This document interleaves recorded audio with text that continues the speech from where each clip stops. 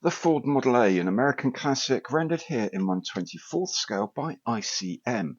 See what you get for your money right here on Gary's Stuff.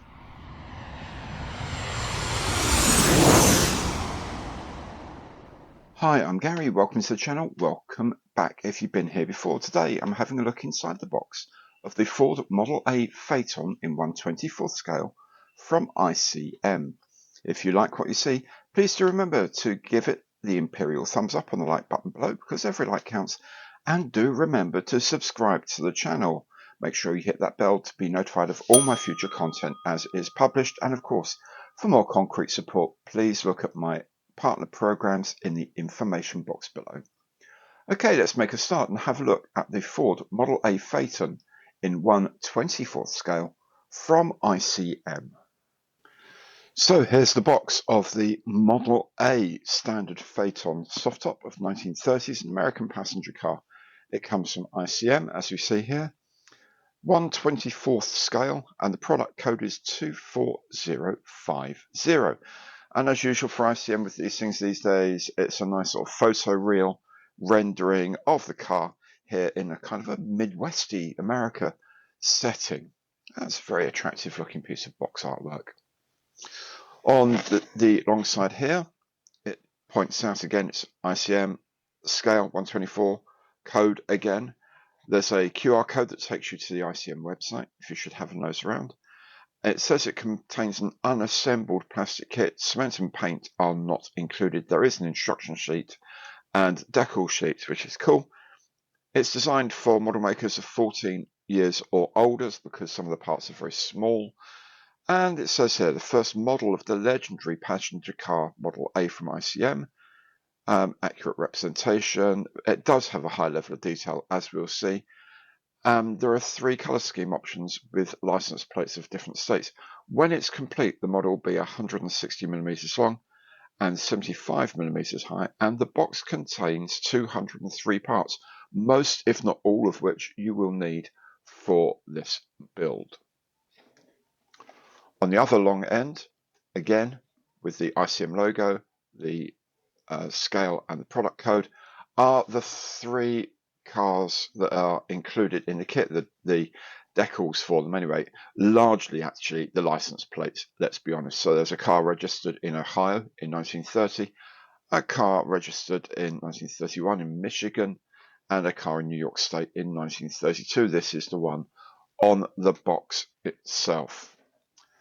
On the shorter ends are just a quick sort of reprise of bits of the box artwork, the name and description of the kit, logo, size and code, and on the other short end, in ICM fashion, the same things but on its side. So when it's sitting on a shelf like this, you can read it without having to crane your neck, which is a nice touch.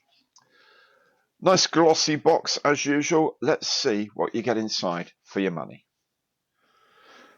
As is usual for any sort of reasonable size box from ICM, there's the glossy outer just lifts off, and then you have a quite robust inner sort of double-walled cardboard box. This keeps the contents inside very, very secure, and it's very welcome.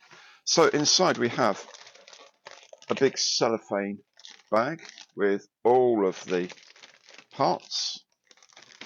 We have a leaflet reminding us that ICM also make water-based acrylics.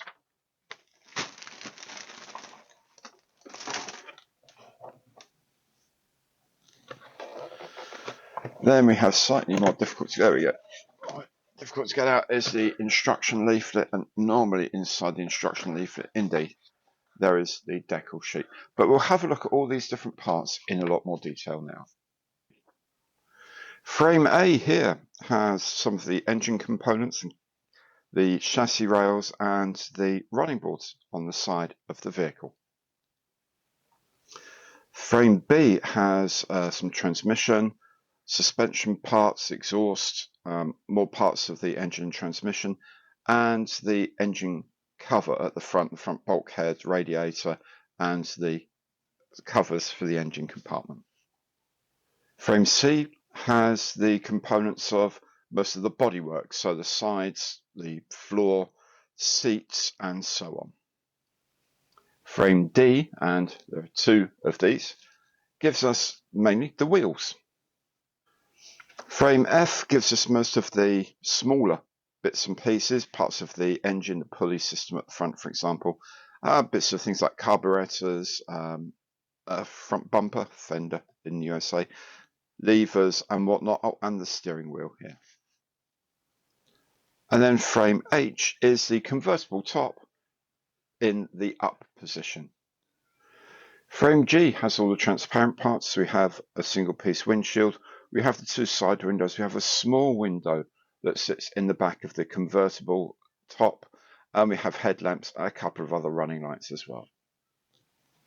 And finally, for the parts in the box, there are these 5 tyres. These are moulded sort of neoprene rubber tyres. There are 5 because, of course, it carried a spare.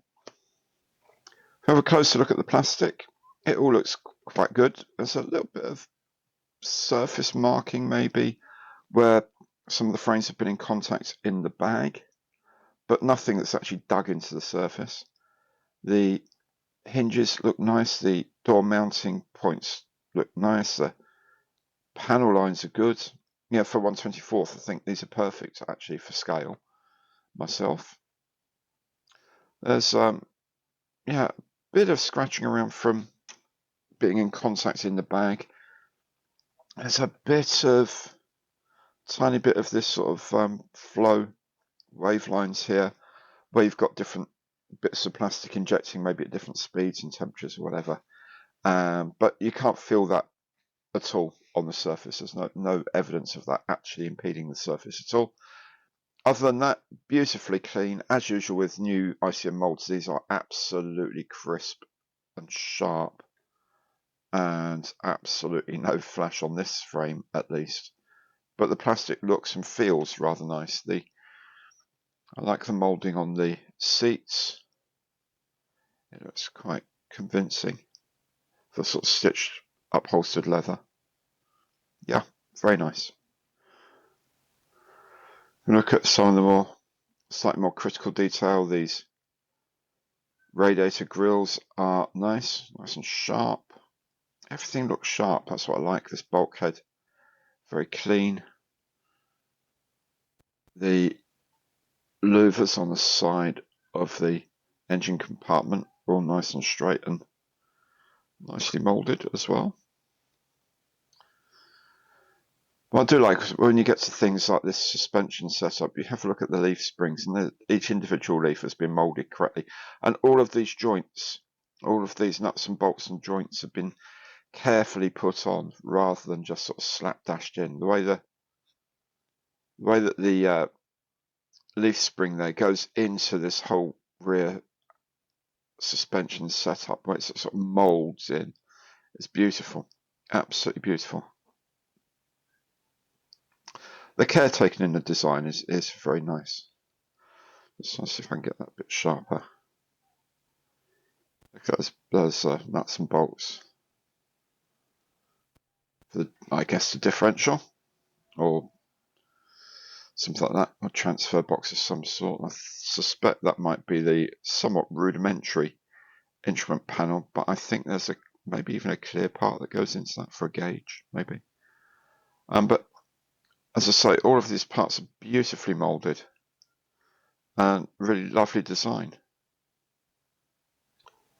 Again, the rims for the wheels, nicely moulded. The only slightly duff bit of moulding I've seen on this kit is here, on this spoke here, on this wheel. Now, it could well be that the other one, because there are 3 wheels on each of them, and we get 2 sets of them, so there are actually 6 wheels, so it might be a spare that will be okay with that and we can get away with it. But that's the only part of this moulding I've seen that's anything other than absolutely spot on.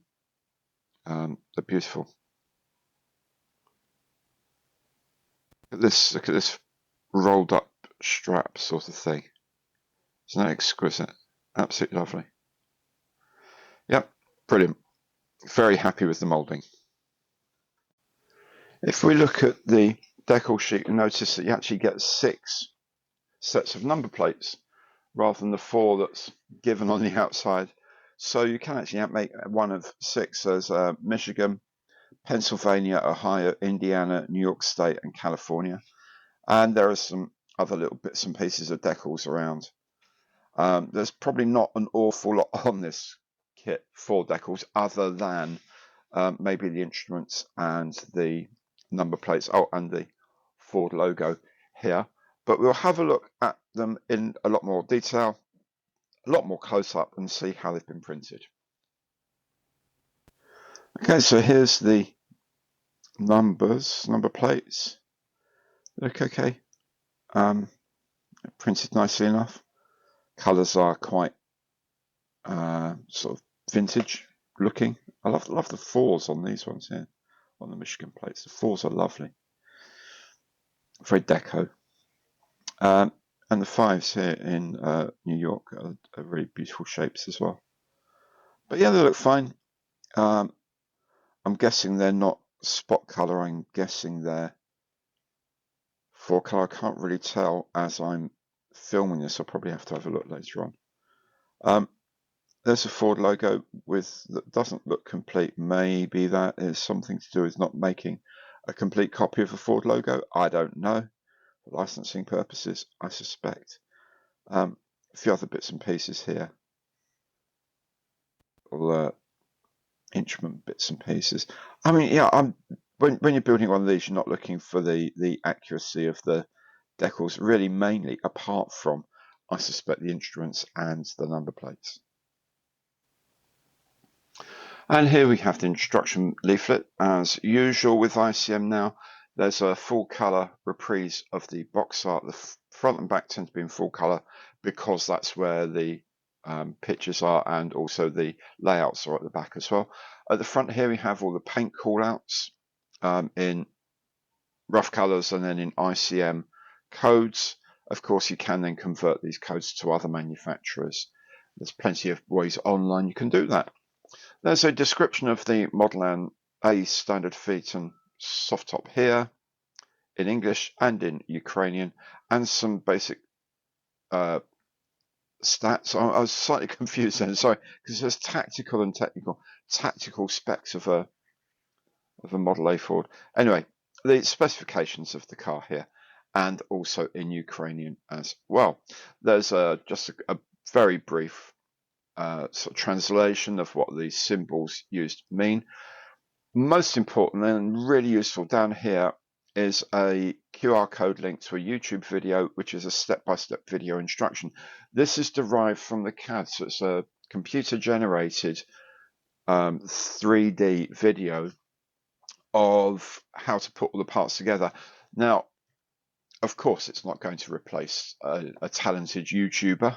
If I ever find one, I'll point them out to you. But, and seriously, there are plenty there. But what it does do is it occasionally sort of supplements what you see inside the drawings. The drawings are fine. The drawings are lovely. But as you can see, things like here, where you can see you've got this bit F5 goes into these links. The video actually shows those links very, very clearly. So you get a really good idea of where these bits should go, especially some of these smaller parts of the chassis and transmission system and so on. Other than that, the instructions are absolutely fine. They're very, very modern ICM, line drawn, but well separated out. It's not like an exploded diagram. It really is bit by bit by bit. Color callouts here. If you're going to go through this and make it, you might want to just write in what some of these colors are when you've made your choices. But other than that, if you've built an ICM vehicle, certainly a recent tooling ICM vehicle, you'll know how good these instructions are, and indeed how good the kits are.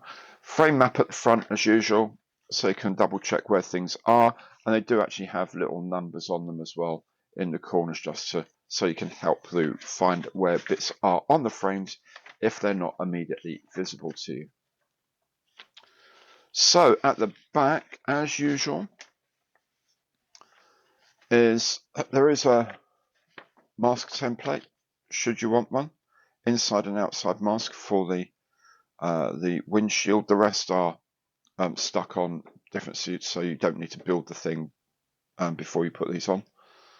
And then you have a car in Ohio, a car in Michigan, and a car in New York. And of course, you can actually just change the colors up, maybe even do some research on the colors for other vehicles from other locations. Remember, you have got 6 to choose from. And this is the box artwork version with its red rims, blue. Looks very, very smart indeed.